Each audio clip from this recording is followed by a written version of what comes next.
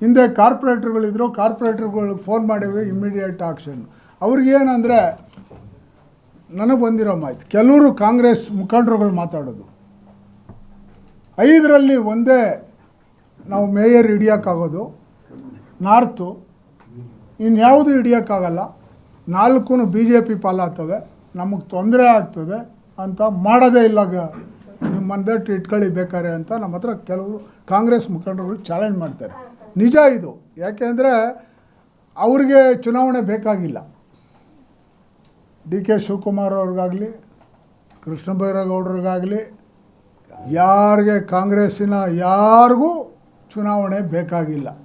ಚುನಾವಣೆ ಮಾಡಿದ್ರೆ 5ಕ್ಕೆ 5 ಏನು GBA ಇದೆ ಎಲ್ಲವನ್ನ BJP ಪಾಲಾಗ್ತದೆ ಅನ್ನೋದು ಅವ್ರಿಗೆ ಗೊತ್ತಿರೋ ಅಂಥ ವಿಚಾರ. ಇಂಥ ಸಮಯದಲ್ಲಿ ಅದಕ್ಕೆ ಅವರು ಒಂದೊಂದು ನೆಪ ಹೇಳ್ಕೊಂಡು ಮುಂದಕ್ಕೆ ಆಗ್ತಾಯಿರೋ. ನಾನು ಈಗಾಗಲೇ ಹೇಳಿದ್ನಲ್ಲ, ಮುಂದೆ ಇನ್ನು ಡಿಸೆಂಬರಲ್ಲಿ ಏನು ಹೇಳ್ತಾರೆ ಅಂತ ನಾನು ಇವಾಗಲೇ ಹೇಳಿದೆ. ನನಗೆ ಗೊತ್ತು ಇವ್ರ ಐಡಿಯಾ ಏನು, ಯಾವುದ್ರ ಮೇಲೆ ಹೇಳ್ತಾರೆ, SIR ಮೇಲೆ. ನೆನ್ನೆ ಕೃಷ್ಣ ಬೈರೇಗೌಡರು ಮಾತಾಡ್ತಾಯಿದ್ರು. ಆಯಿತು, ಮೊನ್ನೆನೂ ಡೆಡ್ಲೈನ್ ಕೊಟ್ಟಿದ್ರು, ಮಾಡಲೇಬೇಕು ಅಂತ ಕೊಟ್ಟಿದ್ರು. ಆಗಸ್ಟ್ 30 ಹಾಂ ಮಾಡೋದ್ರಲ್ಲ, ಮಾಡಿಲ್ಲ. ನೆನ್ನೆ ಕೃಷ್ಣ ಬೈರೇಗೌಡರು ಒಂದು ಮಾತಂತ ಇದ್ರು, ಈಗ ನಾವು ಹಳೆ ಲಿಸ್ಟ್ ಇಟ್ಕೊಂಡು ಒಟ್ಟು ಎಲೆಕ್ಷನ್ಗೆ ಹೋಗೋದು ಇಲ್ಲ, ಈ SIRದು ವೋಟರ್ಸ್ ಲಿಸ್ಟ್ ಇಟ್ಕೊಂಡು ಹೋಗೋದು, ಆ ಗೊಂದಲ ಇರೋದ್ರಿಂದನೇ ನಾವು ಮುಂದಕ್ಕೆ ಹೋಗಿರೋದು. ನಾನು ಹೇಳೋದು, ಇವ್ರ ಉದ್ದೇಶ, ಅವ್ರ ಮೈಂಡ್ ಸೆಟ್ ಏನಾಗ್ಬಿಟ್ಟಿದೆ ಅಂದರೆ, ಇಲ್ಲಿ ಬೆಂಗಳೂರು ಚುನಾವಣೆ ಮಾಡೋದು ಬೇಡ, GBA ಚುನಾವಣೆ ಆಗೋದು. ಇದಕ್ಕೆ ಇವರು 5 ಅಂತ ಮಾಡಿದ್ದು. ನಾಳೆ ನೆಕ್ಸ್ಟ್ ಮಾಡ್ತಾರೆ, 3 ಮಾಡಬೇಕು, ಜನಸಂಖ್ಯೆ ಕಮ್ಮಿ ಆಗಿದೆ, ಇಲ್ಲ 2 ಮಾಡಬೇಕು. ಇವೆಲ್ಲ ನೆಪ. ಇವ್ರಿಗೆ ಜನರ ಹಿತದ ಬಗ್ಗೆ ಇವ್ರಿಗೆ ಕಾಳಜಿನೇ ಇಲ್ಲ. ಸಾಯ್ತಾ ಇದ್ದಾರೆ. ಫ್ಲಡ್ಸ್ ಬಂದು ಎಲ್ಲ ಕಡೆ ಏನು ನೋಡ್ತಾ ಇದ್ದೀರಾ, ಒಂದು ಕಡೆ ಪ್ರವಾಹ, ಒಂದು ಕಡೆ ಮಳೆನೇ ಇಲ್ಲ, ಏನೂ ಇಲ್ಲ.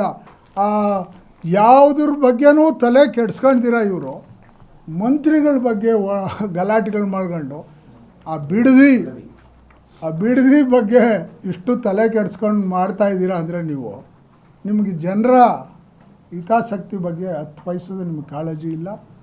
ಕಾಂಗ್ರೆಸ್ ಇದು ಕೊನೆ ಚುನಾವಣೆ, ಅವ್ರಿಗೆ ಬಿಟ್ಬಿಡಿ. ನಾವು ಯಾಕೆಂದರೆ ಗೊತ್ತಾಗ್ತದೆ ಇನ್ನು ಮುಂದಿನ ದಿವಸ ಯಾವ ರೀತಿ ಏನಾಗ್ತದೆ ಅಂತ. ಜನರ ಮನಸ್ಸಲ್ಲಿ ಯಾರ ಬಾಯಾಗ ನಾವು ಮನೆ ಹತ್ರ ಹೋದರೆ ಈ ದರಿದ್ರ ಸರ್ಕಾರನ ಯಾವತ್ತು ಕಳಿಸ್ತೀರ್ರಿ, ಹಂಗೆ ನಮಗೂ ಪಾಠ ಹೇಳ್ತಾರೆ.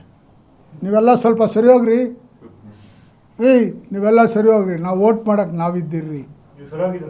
ಸರಿ ಹೋಗ್ತದೆ, ಎಲ್ಲ ಸರಿ ಹೋಗ್ತಾ ಇದೆ. ಎಲ್ಲ ಪಾರ್ಟಿಗಳಿಗೂ ಗೊಂದಲ ಇದೆ, ಇಲ್ಲ ಅಂತ ನಾನು ಹೇಳೋದಿಲ್ಲ. ನಮ್ಮ ಪಾರ್ಟಿಗೂ ಗೊಂದಲ ಇದೆ, ಎಲ್ಲ ಸರಿಪಡಿಸ್ತಾರೆ.